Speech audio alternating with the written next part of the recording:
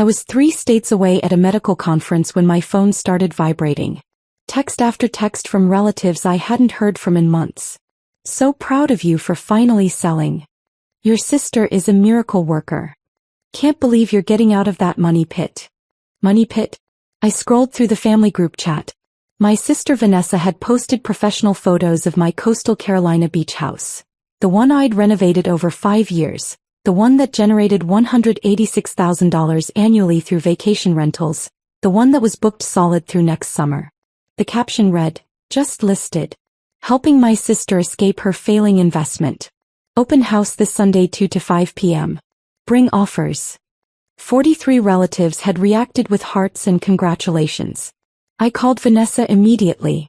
Voicemail. I called my property management company, Coastal Elite Rentals. Marina, my account manager, answered on the first ring. "Oh, thank God," Marina said. "We have a situation." "I know. My sister." "Your sister called us yesterday claiming she's the new owner. Demanded we cancel all bookings and hand over the keys. We told her absolutely not. She threatened to sue us for interference." My hands went cold. "She doesn't own it. She has zero authority." "We know. But she's scheduled an open house for Sunday. Posted it on the Ems. We've been getting calls from agents all morning." I checked my watch. Sunday. That was tomorrow. I was scheduled to present at the conference until 4 p.m. I can't get there until Monday. "Don't worry," Marina said. Her voice carried an edge I'd never heard before. "We'll handle it." The gambler's fallacy had been my operating principle for years. If I just worked hard enough, achieved enough, proved my worth loudly enough, my family would finally see me as successful rather than their designated failure. But Vanessa didn't want me to succeed. She needed me to fail. Because my failure funded her superiority. For 5 years, every family gathering featured the same script. "Vanessa, how's your little beach shack doing?"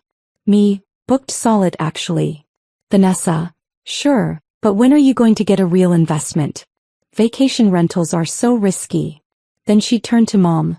"Thank God I invested in commercial real estate downtown. Stable tenants, reliable income." What she never mentioned, her commercial property was 40% vacant. What I never mentioned, my little beach shack, cleared $186,000 annually after all expenses and had a 97% occupancy rate. Sunday afternoon, I was mid-presentation on emerging medical technologies when my phone erupted. I ignored it. Then it rang again. And again. I excused myself, stepped into the hallway and found 17 missed calls. The first voicemail was from my mother. "How could you do this to Vanessa? She was trying to help you." The second was from my uncle. "Your sister is in tears. This is humiliating." The third was from Marina. "Call me. You need to hear this." I called Marina. "We crashed it," she said simply. "The whole open house. With the sheriff." He sent me a video. I pressed play. The video showed my beach house's living room packed with people. 40, maybe 50 potential buyers and real estate agents, all holding glossy listing sheets. Vanessa stood by the floor-to-ceiling windows overlooking the ocean, wearing a designer suit, gesturing expansively. "The current owner," Vanessa was saying, "my sister has let this property deteriorate. No maintenance, terrible management, constantly losing money. She's desperate to sell, so we're accepting all reasonable offers. I'm prepared to negotiate aggressively on her behalf." An agent raised his hand. "The listing says $2.3 million. That's high for this area. Oceanfront, fully renovated, private beach access," Vanessa rattled off. "And I'm offering 10% commission splits to any buyer's agent here today. Bring me an offer over $2 million and we'll close fast." 10% splits on a $2.3 million property meant $115,000 in commissions to split. Every agent in the room pulled out their phones. Then the front door opened. Marina walked in first, wearing her Coastal Elite Rentals polo and carrying a leather folder. Behind her, Sheriff's Deputy Rodriguez in full uniform. Behind him, 3 more staff members from Coastal Elite, each carrying banker's boxes. The room went silent. "Hi everyone," Marina said brightly. "Sorry to interrupt. I'm Marina Chin, Senior Property Manager at Coastal Elite Rentals. We manage this property. Vanessa's smile didn't falter. Yes, well, I've been meaning to call you about transitioning. This property, Marina continued, louder, has 52 weeks of paid bookings already confirmed. We have guests arriving tomorrow for a 2-week stay. They paid $8,400. We have another family arriving July 2nd for 3 weeks. They paid $14,700. Every single week through next May is booked and paid for. She opened the leather folder and pulled out a document. The total revenue from confirmed bookings, $186,420. This property generates consistent income. It's not failing. It's not deteriorating. And it's definitely not for sale. An agent near the window raised his hand slowly. So, this is a scam? Let me be clear, Marina said. She walked to the center of the room and I noticed people stepping back instinctively. The woman who listed this property does not own it. She is not authorized to sell it. She does not have power of attorney. She has never been involved in the management or ownership of this property in any capacity. Vanessa's face drained of color. I'm her sister. I'm helping her. By committing real estate fraud? Marina turned to Deputy Rodriguez. Deputy, can you explain the situation? Rodriguez stepped forward. Folks, I need everyone to clear out. This is an active fraud investigation. Anyone who signed a contract or provided earnest money, stay behind to give statements. Everyone else, please leave now. The room emptied in 90 seconds. Agents fled like water draining from a bathtub, clutching their phones, already calling their brokers. Only 7 people remained, the ones who'd written offers. Marina addressed them. If you provided earnest money to this woman, that money is evidence in a fraud case. You'll need to file police reports and pursue recovery through the courts. I'm sorry you were victimized. A man in his 60s stepped forward, shaking. I gave her a $50,000 earnest money check. Certified. She said she'd prioritize my offer. Me too, a woman said. $45,000. One by one, 7 people confirmed they'd given Vanessa earnest money checks.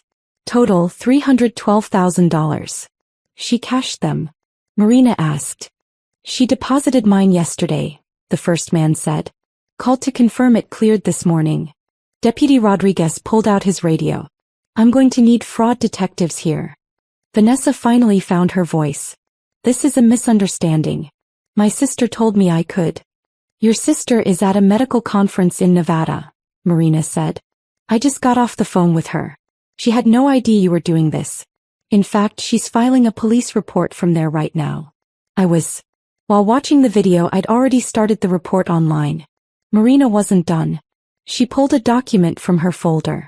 And Vanessa? I filed a complaint with the Real Estate Commission 90 minutes ago. Fraudulent listing, unauthorized representation, falsification of property status. Your license is suspended pending investigation as of 3:47 p.m. today. Vanessa's knees buckled. She caught herself on the window frame. The final blow came from one of Marina's staff members, who stepped forward holding a tablet. We also documented everything. Your listing description, your social media posts, your recorded statements to potential buyers about the property failing, and your sister being desperate. All recorded. All time-stamped. All included in the complaint. The ghost ledger of Vanessa's treatment wasn't about money. It was about erasure. Every family dinner where she interrupted my career updates to talk about her properties. Cost. My voice stolen mid-sentence. Every time she told relatives I was struggling while I was thriving. Cost. My reputation murdered by her lies. Every achievement I shared that she reframed as luck or insignificance. Cost. My confidence chipped away by tiny cuts. The family photo albums where her investments got framed and mine got ignored. Cost. My presence deleted from our family's narrative of success. She hadn't just tried to steal my property. She'd spent 5 years trying to steal my identity as a successful person. Because if I was successful, she was just ordinary. And Vanessa couldn't survive being ordinary. Marina called me that evening with the full damage report. 7 buyers had filed fraud complaints. Total, $312,000 in earnest money Vanessa had deposited. The Real Estate Commission had opened a formal investigation. Her license was suspended indefinitely. 3 real estate brokerages had already banned her from their networks. And the local real estate association was voting Friday on whether to revoke her membership entirely. But here's the interesting part, Marina said. When we started digging, we found she'd done this before. What? She listed your cousin's condo 2 years ago. Your aunt's townhouse last year. Both times she claimed they'd given her permission. Both times the properties weren't actually for sale. She pocketed earnest money both times before the families found out. How much? Combined? About $80,000. She told the families it was a misunderstanding, refunded the money, and they didn't press charges. But now, they're all filing reports. The procedural justice system moved with surprising speed. Within 2 weeks, Vanessa was formally charged with 7 counts of wire fraud, 3 counts of real estate fraud, and 2 counts of grand theft. Total potential sentence: 47 years. Her real estate license was revoked permanently.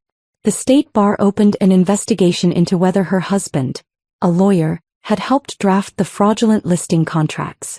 Her commercial property downtown, the one she'd always bragged about, went into foreclosure when she couldn't make payments while paying lawyers.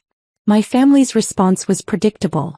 Mom called me crying, "Can't you drop the charges? She's your sister." I didn't press charges, Mom. Her victims did. 7 people lost $312,000. They want justice. But she refunded the money. She refunded $80,000. She'd already spent $232,000.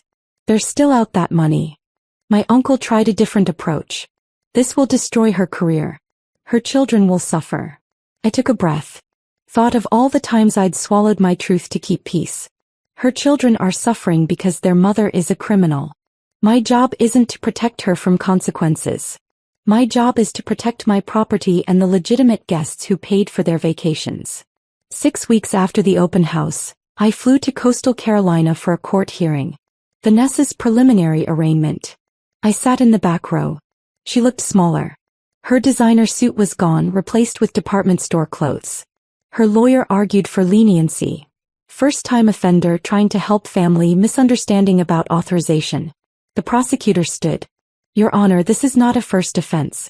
The defendant has committed similar fraud at least 3 times over 2 years. Total victim losses exceed $390,000.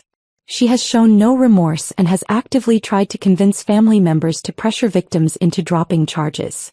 The judge set bail at $150,000. Vanessa couldn't make it. She spent 3 days in county jail before her husband mortgaged their remaining assets. My mother called me from the courthouse parking lot. Are you happy now? Your sister is being destroyed. Mom, I said quietly, Vanessa destroyed herself. She committed fraud. She stole from 7 people. She lied about owning my property. She cashed $312,000 in checks that weren't hers. What did you think would happen? Family forgives. Family protects each other. Family, I said, doesn't commit fraud against family. Family doesn't lie to elderly buyers and take their retirement money. Family doesn't spend 5 years telling everyone you're failing when you're succeeding. I hung up. Blocked her number. Blocked Vanessa's number. Blocked 12 relatives who'd sent me messages about tearing the family apart. The trial was scheduled for 8 months later. Vanessa pleaded guilty to 4 counts in exchange for dropping the rest. Sentence: 18 months in prison, 5 years probation, $312,000 restitution to be paid at $2,000 monthly after release. At 47 years old, Vanessa would be paying restitution until she was 60. Her real estate career was over. Her marriage ended 6 months into her sentence. Her commercial property sold at auction for 60% of what she owed. She declared bankruptcy. Meanwhile, I received a call from Marina 3 months after the open house. We had 847 booking inquiries after the news coverage, she said. People want to stay at that beach house from the fraud case. We're booked out for the next 18 months. And your annual revenue just jumped to $240,000. I laughed. Actually laughed. Vanessa wanted to prove it was failing. Instead, she proved it's the most sought-after vacation rental on the coast. Karma's funny that way, Marina said. 1 year after the open house, I flew to Coastal Carolina for a different reason. Not court. Not crisis. just to sit on my deck and watch the ocean. Coastal Elite had sent me the annual report. Total revenue, $243,800. Occupancy rate, 99%. Guest satisfaction, 4.9 out of 5 stars. Property value, now assessed at $2.7 million. My phone buzzed. A text from my grandfather, one of the few relatives I still spoke to. Vanessa's out on work release. Living in a halfway house. Working at a call center for $14 per hour. Wanted you to know. I didn't reply immediately. Instead, I walked down to the beach. The sand was cool under my feet, the evening air sharp and biting. A family was packing up their beach gear. My current guests, a couple with 3 kids who'd rented for 2 weeks. Thank you so much, the mother said as they passed. This has been the best vacation ever. We're already booked for next summer. I smiled. I'm so glad you enjoyed it. They walked away, the kids chattering about building sandcastles tomorrow, and I stood there watching the sun set over my property. My successful, thriving, fully booked property that had survived my sister's attempt to steal it. I texted my grandfather back. Thanks for letting me know. I hope she finds peace. I meant it. Not forgiveness. Not reconciliation. But genuine hope that she'd learn something from destroying her life by trying to destroy mine. Later that evening, Marina called with the booking report for next year. You're at 94% capacity already for next season. And 3 wedding planners want to book the property for rehearsal dinners. We could add $60,000 in revenue. Let's do it, I said. After we hung up, I poured a glass of wine and sat on the deck watching the waves. I thought about the ghost ledger, all those years of feeling inferior, of having my achievements minimized, of being cast as the struggling failure while Vanessa played successful investor. The people who wanted me to fail are now failing. The property they called a money pit now generates $240,000 annually. The sister who tried to steal it is making $14 per hour with a felony record. Me. I'm sitting on my deck watching guests enjoy the vacation of their dreams, getting text notifications about booking inquiries, and planning my next property investment. Vanessa thought she was exposing my failure at that open house. Instead, she exposed her own desperation, her own fraudulence, her own willingness to destroy anything she couldn't possess. There is no place for her in my life anymore. No family gatherings, no reconciliation dinners, no redemption arc where I forgive and forget. Some people don't deserve second chances. Some bridges should stay burned. My beach house stands, successful and booked solid, a monument to what I built despite my family's attempts to tear me down. And that's exactly where I'll leave it.